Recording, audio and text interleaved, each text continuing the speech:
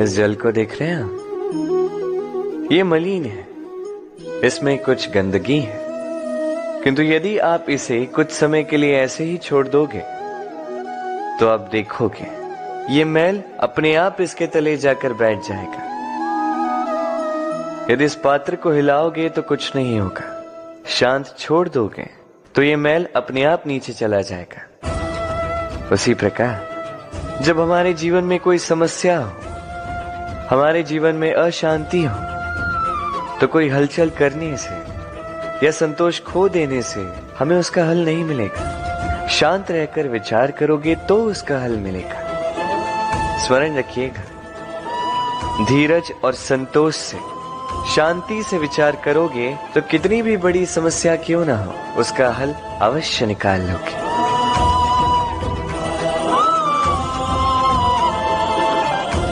क्योंकि अशांति का सुझाव शांति ही है। राधे राधे। समय, कहते हैं समय से पूर्व कुछ नहीं होता, हर बात का एक समय होता है। समय से पूर्व न सूर्योदय होता है, न सूर्यास्त होता है। समय से पूर्व पौधों में न पुष्प खिलते हैं न फल।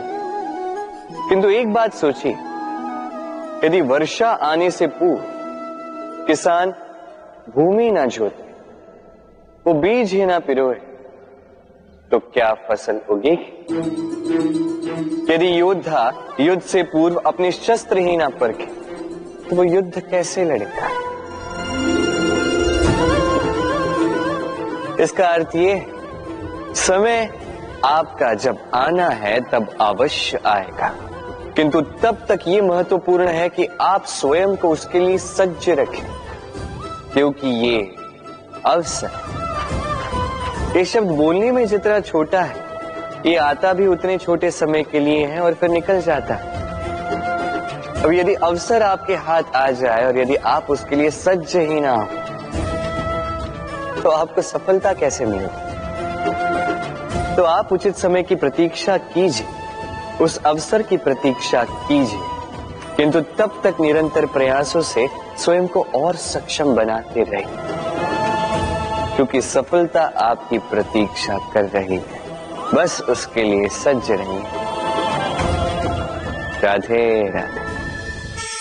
वाणी मनुष्य को मिली सबसे अद्भुत भेंट। ये वाणी है जो मनुष्य को संसार में सारे अन्य जीवों से भिन्न बनाती है, संसार में सबसे ऊपर ले जाती है। इसी वाणी के कारण हम एक दूसरे से संवाद साध सकते हैं। मैं अपनी मन की भावनाएं किसी से व्यक्त कर सकता हूं, कोई और उसके मन की भावनाएं मुझसे व्यक्त कर सकता है। ये वाणी ही हमारी सबसे बड़ी ढाल भी है। अब देखिए ना, आपने देखा होगा किसी की वाणी मीठी होती है तो लोग उससे प्रेम करते हैं, उसे अपना मित्र बनाते हैं। वहीं किसी की वाणी यदि कड़वी होगी तो लोग उससे घृणा करते हैं, उसे अपना शत्रु मान लेते हैं। ये वाणी ही है जो भाषा बनकर हमारा इतिहास लिखती है। किंतु क्या हम सच में वाणी के विषय में इतना सोचते हैं जितना हमें सोचना चाहिए? सोचिए, मनुष्य को बोलना सीखने में कितना समय लगता है। कुछ बालक 1.5 वर्ष की आयु में सीख जाते हैं, कुछ 2 वर्ष, कुछ 3।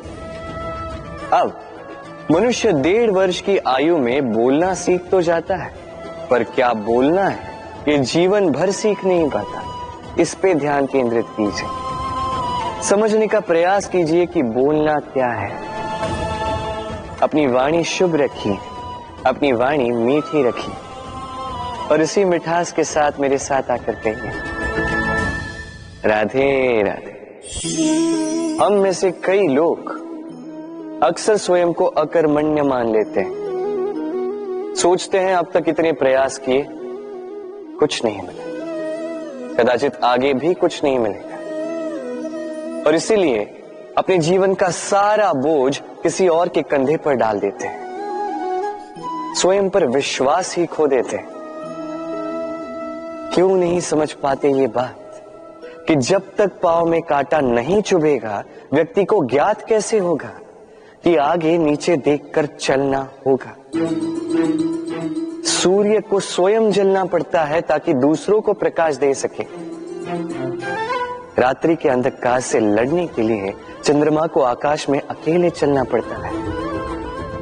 नदी अपनी यात्रा कैसे बनाती है, अपना मार्ग कैसे बनाती है? इन चट्टानों से लड़कर बनाती है। यदि आप स्वयं आपकी सहायता करने में सक्षम नहीं रहे तो निश्चित रूप से आपका यह जीवन व्यर्थ ही है। स्मरण रखिएगा, इस संसार में अपने जीवन का भार अपने ही कंधों पर उठाना पड़ता है। दूसरों के कंधों पर केवल शव यात्रा चलती है। और इस संसार में जीवित वही है जो आत्मनिर्भर है।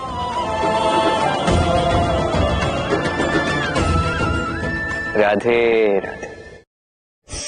कभी आपने किसी कुंभकार को देखा है एक पात्र बनाते हुए? पहले गीली मिट्टी रौंदता है, फिर उसे मथता है, फिर उसे चाक पर चढ़ाकर एक उचित आकार देता है। यदि आकार ठीक ना हो तो उसे तुरंत ही ठीक कर देता है, क्योंकि उसे ज्ञात है एक बार इसे आग पर रख दिया गया, एक बार इसे पका दिया गया, फिर उसके पश्चात उसका आकार नहीं बदला जा सकता। यहां पे छिपी है एक सीख। सारे माता पिताओं के लिए यहां एक सीख है। माता पिता ऐसे ही तो होते हैं। उन्हें अपनी संतान को समय के अनुसार श्रेष्ठ संस्कार देने चाहिए। माता पिता को कभी उनका विधाता नहीं बनना चाहिए, किंतु हर समय सदैव प्रयास कीजिए कि उन्हें उचित दिशा दिखा पाओ। कभी कोमलता से, कभी प्रेम से, तो कभी कठोरता से उसके जीवन को, उसके व्यक्तित्व को आकार देने का प्रयास करना चाहिए। क्योंकि जिस प्रकार एक बार पकने के पश्चात उस पात्र का आकार नहीं बदला जा सकता, उसी प्रकार आयु बढ़ने के पश्चात संतान के संस्कार नहीं बदले जा सकते। स्मरण रखिए। राधे राधे। ईश्वर ने बेलों को खड़े रहने की शक्ति नहीं दी, ईश्वर ने यह शक्ति दी वृक्ष को। इसलिए बेलें वृक्ष का सहारा लेके खड़ी रहती, उसी पर फलती। अब ये बेलें दो प्रकार की होती, एक वो जो इस वृक्ष पर खिलती हैं, पुष्प गाती हैं, स्वयं भी सुंदर दिखती है, वृक्ष को भी सुंदर बनाती। दूसरी वो जो वृक्ष को पूर्णतः सुखा देती, उसकी प्राण शक्ति उससे सोख लेती और अंत में स्वयं भी मुरझा जाती। स्मरण रखिए, यदि कोई व्यक्ति सदैव आपके साथ खड़ा रहा, सदैव आपका संबल बनकर रहा, सदैव उसने आपकी सहायता की, और यदि आप उसके साथ छल करोगे तो आपका पतन निश्चित है। ऐसा कभी ना कर। सदैव ऐसे लोगों को प्रेम दे, सम्मान दे और मेरे साथ आनंद से करें। राधे राधे। आइए इस पौधे से मिलिए। मेरे लिए ये पौधा अत्यंत प्रिय है। मैं इस पौधे से बहुत प्रेम करता हूं। अब सोचिए, यदि इसी प्रेम में मैं इसे दिन में 6 बार जल दूं तो क्या इसका विकास और अच्छे से होगा? क्या वो इसके लिए शुभ होगा? कदापि नहीं। इसकी जड़ें गल जाएंगी, इसकी जड़ों में जो जल सोखने की शक्ति है वो समाप्त हो जाएगी। तो आवश्यक क्या है? आवश्यक है कि उचित मात्रा में इसे जल दिया जाए। आवश्यक है कि उचित समय के पश्चात इसे जल दिया जाए। आवश्यक है कि इसे सूर्य का ताप भी सहना होगा। आवश्यक है कि हर कार्य मर्यादा में होना चाहिए। अब यही भूल अधिकतर माता पिता कर बैठते हैं।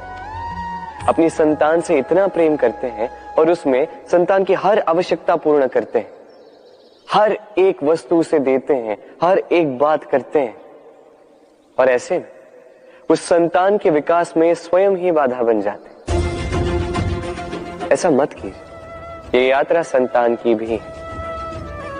उसे भी जीवन में आगे बढ़ना है, बहुत कुछ सीखना है, अपने बल पर कार्य करने दीजिए। एक अत्यंत महत्वपूर्ण बात आपको बताऊंगा जिसे आपको स्मरण रखना है। प्रेम और शत्रुता यदि अति है तो घातक।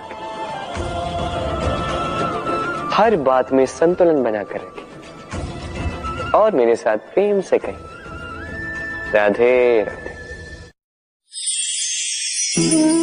हम सभी मंदिर में जाते हैं, ईश्वर के समक्ष बैठकर हाथ जोड़ते हैं और अपनी मांग रखते हैं। कभी सोचा है ईश्वर को कैसे लगता होगा कि मेरे भक्त मेरे पास आते हैं केवल अपनी इच्छा पूर्ति के लिए, मुझसे मिलने के लिए। कई सारे लोग मंदिर जाते हैं, अपनी इच्छा ईश्वर के समक्ष रखते हैं। अब यदि उनकी इच्छा पूर्ण ना हो तो हताश हो जाते हैं।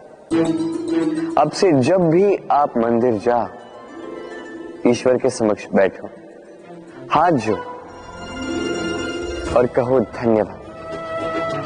धन्यवाद ईश्वर, आपने मुझे जो कुछ भी दिया है उसमें मैं प्रसन्न हूं। बस मुझे मार्गदर्शन दे कि कैसे मैं अपने कर्मों से, स्वयं अपने कर्मों से वो सभी प्राप्त कर सकूं जो मैं पाना चाहता हूं। ईश्वर से केवल मांगने जाओगे तो ईश्वर के समक्ष स्वयं को बहुत ही छोटा पाओगे, किंतु यदि स्वयं कर्म करके ईश्वर को धन्यवाद कहने जाओगे तो सही अर्थ से आपको ईश्वर मिल जाएंगे। राधे राधे। अद्भुत बात है ना, हमें सदैव हमारे नाम से बुलाया जाता है, नाम से हमारी पहचान है। ये नाम ही है जो इतिहास में स्थान बनाने में हमारी सहायता करता है। नाम बनाने के लिए व्यक्ति क्या कुछ नहीं करता, नाम पर कलंक न लग जाए इसके लिए क्या क्या प्रयास नहीं करता। अपने जो कुछ भी पाया, धन, संपत्ति, सुख, ये सब कुछ नाम के समक्ष छोटा है। नाम सबसे ऊपर रह जाता है। ये नामकरण संस्कार सदैव हमारे लिए अत्यंत महत्वपूर्ण होता है। अब आपको क्या लगता है मैं किस नाम की बात कर रहा हूं? वो नाम जो हमने जन्म से पाया? नहीं, मैं उस नाम की बात कर रहा हूं जो हमने हमारे कर्मों से अर्जित किया। जो जन्म से प्राप्त हुआ वो मृत्यु के साथ चला जाए, किंतु जो नाम कर्मों से प्राप्त होता है वो हमें अमर करता है। माता पिता से हमें जन्म मिला, जन्म से मिले संबंध में, समाज से मिले मित्र, प्रकृति से मिला भोजन। यदि कुछ ऐसा है जो हमने स्वयं पाया तो वो है हमारे कर्मों का फल। वो है वो नाम जो हमने कर्मों से अर्जित किया। इसलिए सदैव श्रेष्ठ कर्म कीजिए और मेरे साथ प्रेम से कहिए, राधे राधे। मनुष्य भी कितना विचित्र प्राणी है, सदैव संघर्ष करता है, सदैव प्रयास करता है कि वही सबसे बड़ा बने, प्रयास करता है कि उसके समक्ष सबके शीश झुके हुए और उसके लिए सबसे पहले शक्ति प्राप्त करने का प्रयास करता है। शक्ति प्राप्त कर भी लेते हैं और उसके भय से सबको अपने समक्ष झुकाते हैं, किंतु एक महत्वपूर्ण बात भूल जाते हैं, समझ ही नहीं पाते। चलो मैं आपको उदाहरण देता हूं। कभी आपने किसी वृक्ष को देखा होगा, उसकी डालियां देखी होंगी जो फल के बोझ के कारण झुक जाती, वो फल टूटता है, पुनः ऊपर जाती है, फिर एक और फल देती, वो टूटता है, पुनः ऊपर जाती, सदैव झुकी हुई नहीं। कभी कभी चलते चलते आपने देखा होगा, कभी आपका पांव किसी पौधे पर पड़ जाए तो पौधा दब जाता है, किंतु जैसे ही पांव हटाओ पौधा पुनः खड़ा हो जाता है। स्मरण रखिए, ये अत्यंत महत्वपूर्ण बात। जो शीश भय से आपके समक्ष झुकते हैं वो विरोध में सबसे पहले खड़े रहते हैं। आप जीते, सबको जीती है, किंतु बल के भय से नहीं। उन्हें जीतिए तो प्रेम के समित। राधे। आज आपको एक कथा सुनाता हूं। एक बार एक व्यक्ति ने अपने द्वार पर लिख दिया, आज मैं बहुत दुखी हूं, आज मुझसे कोई मिलने ना आए। कुछ समय पश्चात उसका मित्र आया, उसने वो शब्द पढ़े और फिर भी जाकर उससे मिला। उसने कहा कि मुझे पढ़ना तो नहीं आता, किंतु मेरे मित्र के मन का ये दुख, ये मुझे पुकार अवश्य लेता है। ये होते हैं सच्चे मित्र। किसी कारणवश यदि आप दुखी हो, समस्या का हल निकाल नहीं पा रहे हो, इस संसार से कट जाना चाहते हो, तब भी ये मित्र आपके साथ रहता है। भले ही आपको कोई हल ना दे पाए, संबल बन के अवश्य रहता है। भले ही आपका दुख कम ना कर पाए, आशा की किरण अवश्य दिखाता है। जब आप इस संसार से कट जाते हैं, तब भी आपसे जुड़ा होता है आपका ये मित्र, ये सच्चा। अब मनुष्य जो है बड़े विचित्र होते हैं। इन्हें किसी भी वस्तु का महत्व केवल 2 बार ज्ञात होता है। 1 मिलने से पूर्व, 2 खोने के पश्चात। अब इसी प्रकार हमारे मित्र भी तो होते हैं। यदि आज आपके मित्र आपके साथ हैं, तो उन्हें आभार व्यक्त करें, उन्हें प्रसन्न रखें, उनका महत्व समझें, क्योंकि एक बार आपने इन्हें खो दिया, पश्चाताप करने पर भी पुनः नहीं लौटेंगे। तो प्रेम कीजिए, मित्रता निभाइए और मेरे साथ आनंद से कहिए, राधे राधे। ठहरती केवल यादें, केवल यादें। ये समय, ये कभी नहीं ठहरता। अभी यादें मीठी होंगी या कड़वी, ये किस पर निर्भर करता है? आपके कर्मफल के चयन पर। यदि आप इस जीवन को समझना चाहते हैं, अपनी हुई भूलों से कुछ सीखना चाहते हैं, तो पीछे देखिए।